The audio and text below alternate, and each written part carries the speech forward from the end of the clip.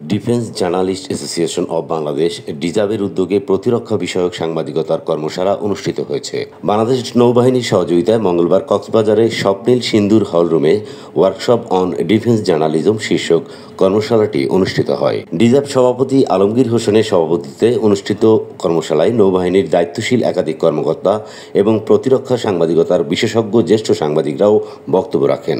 এতে স্বাগত বক্তব্য রাখেন ডিজাবের সাধারণ সম্পাদক আহমদুল্লাহ। কর্মশালায় নৌবাহিনীর কর্মকর্তারা বলেন, বঙ্গোপসাগরের জলসীমার নিরাপত্তার সার্বক্ষণিক নজরদারি করা ছাড়াও দেশের বিভিন্ন স্থানে লঞ্চডুবি ও প্রাকৃতিক দুর্যোগ সহ ইন-এইড টু সিভিল পাওয়ারের আওতায় বাংলাদেশ সেনাবাহিনীর পাশাপাশি নৌবাহিনী ও বিমান বাহিনীও কাজ করে যাচ্ছে। কর্মশালায় আরও উপস্থিত ছিলেন ডিজাবের সহ সভাপতি তারিকুল ইসলাম মাসুম, অর্থ সম্পাদক জামাল উদ্দিন, সাংগঠনিক সম্পাদক মিরাজ মিজু, যুগ্ম সম্পাদক কাজী সোহাগ, দপ্তর সম্পাদক ইসমাইল হোসাইন ইমু, প্রচার ও প্রকাশনা সম্পাদক কামাল হোসেন তালুকদার, ক্রীড়া ও সাংস্কৃতিক সম্পাদক সাজ্জাদ মাহমুদ খান, নির্বাহী সদস্য এম বাদশাহ এবং আরিফুর রহমান রাব্বি সহ রাজধানী ঢাকায় কর্মরত প্রায় ৩০ জন সাংবাদিক।